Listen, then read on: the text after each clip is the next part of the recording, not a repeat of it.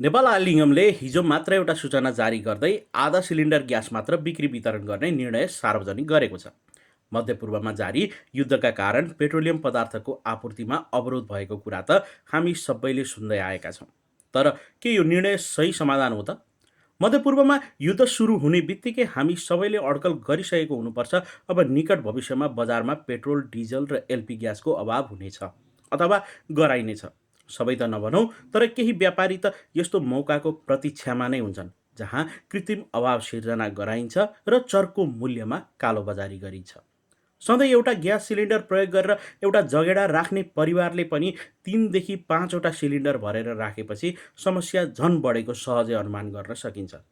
Oil निगमको यस्तो निर्णयले समस्याको समाधान गर्नुभन्दा पनि विपन्न परिवार र बहालमा बस्ने विद्यार्थीलाई झन अप्ठ्यारोमा पारेको देखिन्छ।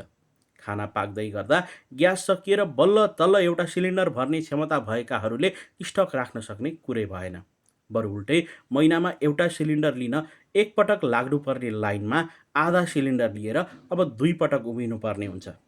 आयल निगमले ग्यास सिलिन्डर प्रयोगकर्ताको लगत सङ्कलन गरेर घरायसी वा व्यावसायिक वर्गीकरण गरी परिवार सङ्ख्याका आधारमा वा व्यवसायको आकारको आधारमा बिक्री वितरणलाई चुस्त पार्नुपर्ने आवश्यकता देखिन्छ। त्यस्तै कालोबजारी रोक्न प्रभावकारी बजार अनुगमन पनि त्यत्तिकै जरुरी छ। यसपालि त यस्तै भइगयो। आशा गरौँ निगमले छिट्टै यसबारे समाधानको बाटो खोज्नेछ। तपाईँको पनि केही सल्लाह सुझाव भए कमेन्टमा लेख्नुहोस् है त।